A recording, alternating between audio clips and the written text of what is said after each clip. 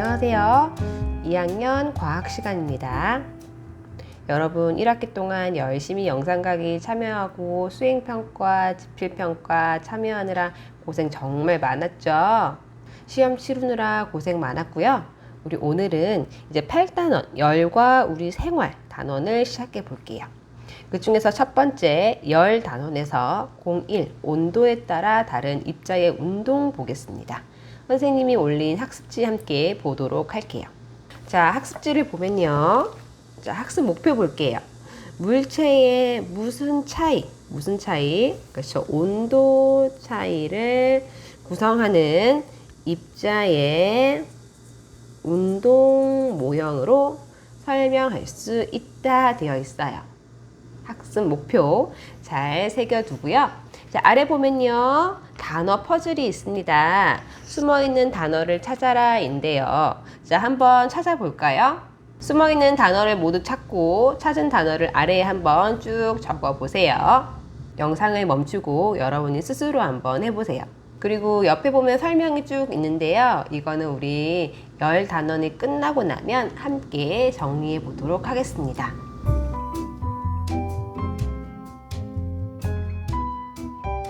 자, 여러분 모두 열심히 찾았나요? 선생님과 함께 다음 학습지 보도록 할게요.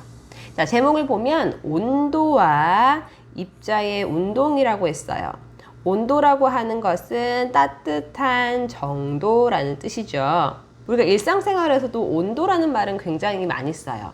아침에 뉴스를 보면서 날씨 코너에서 오늘 최저 온도는 25도씨, 최고 온도는 32도씨 이런 말 많이 쓰죠. 그리고 물은 0도씨에서 얼고 100도씨에서 끓는다. 이런 것도 여러분이 생활을 통해서 많이 알고 있을 거예요. 오늘은 이 온도의 과학적인 개념을 보도록 하겠습니다. 오늘 매우 더웠죠. 선생님도 오늘 낮에 점심 먹고 너무 더워가지고 땀을 뻘뻘 흘렸는데요. 더우면 얼마나 더운지, 차가우면 얼마나 차가운지, 뜨거우면 얼마나 뜨거운지를 정확하게 수치로 계산할 수 있으면 더 좋을 것 같아요. 그래서 물체의 차갑고 뜨거운 정도를 숫자로 나타낸 것을 우리는 온도라고 합니다. 온도. 자, 단위는요, 여러 가지 단위가 있지만 대표적으로 섭씨 온도와 켈빈 온도 이렇게 나눌 수가 있어요. 섭씨 온도는 우리가 가장 많이 일상생활에서 사용하는, 그렇죠. 도씨 이렇게 적는 거. 다음 켈빈 온도는요, 여러분이 조금 낯설 텐데요. 사실 과학자들 사이에서는 섭씨 온도보다는 켈빈 온도를 많이 적어요. 대문자 K라고 적습니다. 선생님, 왜 섭씨 온도는 생활에서 많이 쓰지만 과학에서는 켈빈 온도를 많이 쓰나요? 사실 켈빈 온도는 물리적인 개념이 많이 녹아있는 온도 단위인데요. 뒤에서 배우겠지만 입자들이 온도가 높아지면 운동이 아주 활발해져요. 반대로 온도가 낮으면 입자들의 운동이 점점 줄어들 텐데, 그럼 점점 줄어들어서 운동 에너지가 가장 최소가 되는 그때의 온도를 우리는 0켈빈이라고 정의를 내리고요. 우린 그걸 절대 영도라고 불러요. 절대 영도 0켈빈입니다. 이 0켈빈은요, 섭씨 온도로 변환을 하면 약 마이너스 273도씨가 돼요. 그리고 운동 에너지가 가장 최소인 0켈빈이기 때문에, 자, 0켈빈보다 더 작은 온도가 있을 수가 있을까요? 없겠죠. 그래서 우리는 이 0켈빈보다 더 낮은 온도를 정의 내릴 수는 없어요. 그래서 이거는 참고로 알아두면 됩니다. 자, 이 온도와 입자 운동 있네요. 자, 온도는요, 물체를 구성하는 입자의 운동이 얼마나 활발한지를 나타내는 거예요. 그래서 활발한 정도를 나타낸다. 자, 우리가 이거를 들어가는 데 있어서 실험을 간단하게 해볼 텐데요. 우리 이제 여름이니까 아이스 커피 잘 먹잖아요. 그거를 한번 준비해 봤습니다. 정리를 한번 하고요. 자, 선생님이 유리컵을 2개 준비해 왔어요. 그리고 아이스 커피를 만들기 위한 커피 믹스도 준비해 왔습니다. 그래서 잘라서 한 곳에 다 넣고 또 잘라서 반대쪽에도 똑같이 넣어 볼게요. 자, 그리고 여러분이 보는 왼쪽은 차가운 물, 정수기에서 꺼낸 차가운 물을 컵에 반 정도 붓고요. 그리고 여러분이 보기 오른쪽에는 방금 팔팔 끓인 뜨거운 물을 부어 볼게요. 같은 양만큼 부었습니다. 자, 이때 숟가락으로 5번씩 저어 볼까요? 1번, 2번, 3번, 4번, 5. 자, 반대쪽 1번, 2번, 3번, 4번, 5. 자, 이렇게 했을 때 얼마나 잘 녹아들었는지 한번 보도록 할게요. 여러분이 확인하기에 앞서서 한번 예상을 해볼까요? 뜨거운 물을 부은 커피 믹스가 좀 더 많이 녹아 있을 거예요. 한번 확인해 보면요.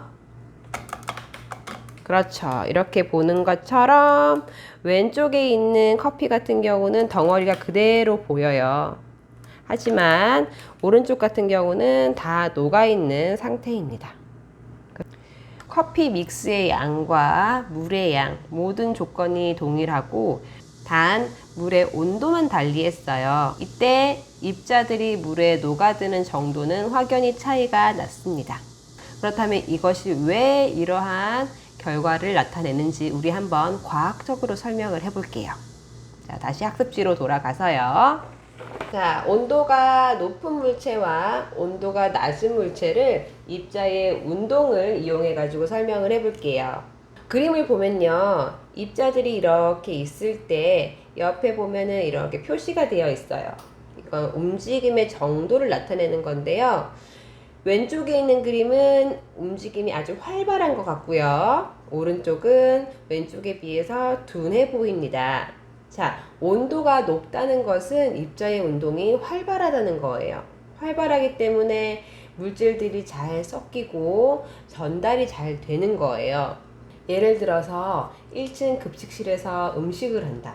그러면 수업 시간에 냄새가 난다는 것은 입자가 운동을 한다는 건데 겨울철보다는 여름철에 좀 더 활발하게 일어난다는 거죠. 자, 그래서 왼쪽 같은 경우는 온도가 높다, 높음을 의미하고요. 오른쪽은 온도가 낮음을 이용해요. 그래서 온도가 높은 물체는요, 입자의 운동이 활발합니다. 활발하다. 반면 온도가 낮은 물체는 그렇죠, 입자의 운동이 둔해요. 둔하다. 그래서 정리하면 우리 주변의 물체를 구성하는 입자들은 끊임없이 운동을 하고 있어요. 그런데 그 정도가 물체의 온도가 높을 때는 그 물체를 구성하는 입자의 운동이 아주 활발하다. 반면 온도가 낮을 때는 물체를 구성하는 입자의 운동이 둔하다라는 거예요. 그래서 우리는 온도만 보고도 그 물체를 구성하는 입자의 운동을 설명할 수 있고요. 그럼 우리 운동 에너지도 이야기해 볼 수 있을 거예요. 그래서 이걸 바탕으로 방금 앞에서 했던 커피 실험을 정의해 보자면, 뜨거운 물을 넣은 커피는요, 그렇죠, 물 입자의 운동이 활발했고요. 차가운 물을 넣은 커피는요, 그렇죠, 그 물 입자의 운동이 둔했어요. 그래서 잘 섞이지 않았다라고 정리해 볼 수 있겠네요. 자, 우리 이대로 끝나면 조금 아쉬우니까 다음 단원 조금만 더 나가보도록 할게요. 자, 다음 학습지 보면요. 자, 열의 이동 방법 나오네요. 학습 목표 볼게요. 자, 무엇의 이동 방법? 그렇죠. 열의 이동 방법을 입자 모형으로 설명할 수 있대요. 또 냉난방 기구의 효율적인 사용 방법을 조사하고 토의하여 효율적인 무슨 방법? 단열 방법을 찾을 수 있다고 합니다. 단열 방법은 우리 전기세나 가스비와 밀접하게 관련되어 있으니까 여러분이 꼼꼼하게 공부를 하면 낭비되는 에너지를 줄일 수가 있어요. 자, 열의 이동 방법 보겠습니다. 열은요, 이동을 해요. 높은 곳에서 낮은 곳으로 이동을 합니다. 왜 우리 물도 보면 높은 곳에서 낮은 곳으로 떨어지죠. 그런 것처럼 열도 마찬가지예요. 그럼 열이라고 하는 게 무엇이냐? 자, 물체의 온도를 변하게 하는 에너지라고 해요. 에너지. 그래서 우리는 열이라고 쓰고 열 에너지라고도 읽습니다. 자, 그럼 열이 어떻게 이동하느냐? 총 3가지 방법이 있어요. 자, 첫 번째는요, 전도. 우리 전도라고 하면 기독교에서 우리 종교를 믿으세요 라고 이제 알려주는 걸 전도라고도 말하긴 하지만, 열도 마찬가지로 열의 에너지가 옆에 있는 입자에게 전달되는 것 또한 전도라고 해요. 그래서 전도 같은 경우는요, 고체에서 딱딱한 고체에서 물체를 구성하는 입자의 운동이 바로 이웃한 입자, 멀리 있는 입자가 아니고요, 바로 옆에 있는 입자에게 차례차례로 전달돼서 열이 이동하는 거예요. 아래 그림을 보면요, 입자들이 이렇게 나란히 배열되어 있을 때, 자, 가운데 부분의 입자의 옆에 이제 이런 표시, 움직임 표시가 가장 많아요. 그럼 이 부분이 온수관을 지나는 부분이라고 써져 있는데요. 그러면 이 부분 바로 이웃에 있는 이 입자에게 열이 전달되고, 그러면 전달받은 에너지를 또 옆에 있는 입자에게 또 전달하고, 마찬가지로 가운데 있는 이 입자의 열 에너지가 이웃한 에너지에게 전달, 또 그 전달된 에너지가 또 전도가 일어나면서 전체적으로 따뜻해진다. 우리 방바닥이 따뜻하게 되는 게 바로 전도입니다. 전도는 고체, 액체, 기체에서 무슨 고체에서 일어난다. 그래서 아래를 보면 보일러를 켜두면 온수관이 지나는 부분부터 주위로 방바닥이 따뜻해진다 써져 있죠. 두 번째 방법은요, 대류라고 해요. 대류. 우리가 태양계 활동할 때 태양의 활동이 활발하다 얘기할 때, 광구에서 태양의 운동이 활발하면서 뜨거운 물체가 대류 현상으로 인해서 흑점이 나타난다, 이런 말 했었어요. 그때 대류라고 하는 것은 뜨거운 곳에서 차가운 곳으로 이렇게 이동을 할 때 입자 자체가 움직인다는 건데요. 우리 예를 들어 냄비에 라면을 끓인다고 생각해 보세요. 그럼 여기 물을 넣고 가스불을 켜죠. 그럼 가스불이 가까이 있는 쪽, 이 아랫부분은 뜨거울 거고요. 상대적으로 이 윗부분은 차갑겠죠. 그런데 이때 뜨거운 물은 위로 올라가려고 하고 차가운 물은 아래로 내려오려고 해요. 그러다 보면 전체적으로 따뜻해지는 현상이 바로 대류입니다. 그래서 대류는요, 전도는 고체에서 일어났지만 대류 같은 경우는요, 그렇죠, 액체, 물과 같은 액체나 또 기체도 마찬가지예요. 액체나 기체 상태의 입자가 이번에는요, 직접 이동을 합니다. 직접. 그렇죠. 여기 물 분자가 직접 위로 갔다가 직접 아래로 내려왔다가 이렇게 직접 이동을 하면서 열이 전달되었다. 선생님, 전도는요, 입자가 전달되는 게 아니라 입자는 그대로인데 열 에너지가 옆에 있는 에너지에게 전달되는 것 뿐이에요. 그렇죠. 둘의 차이가 나타난다는 거.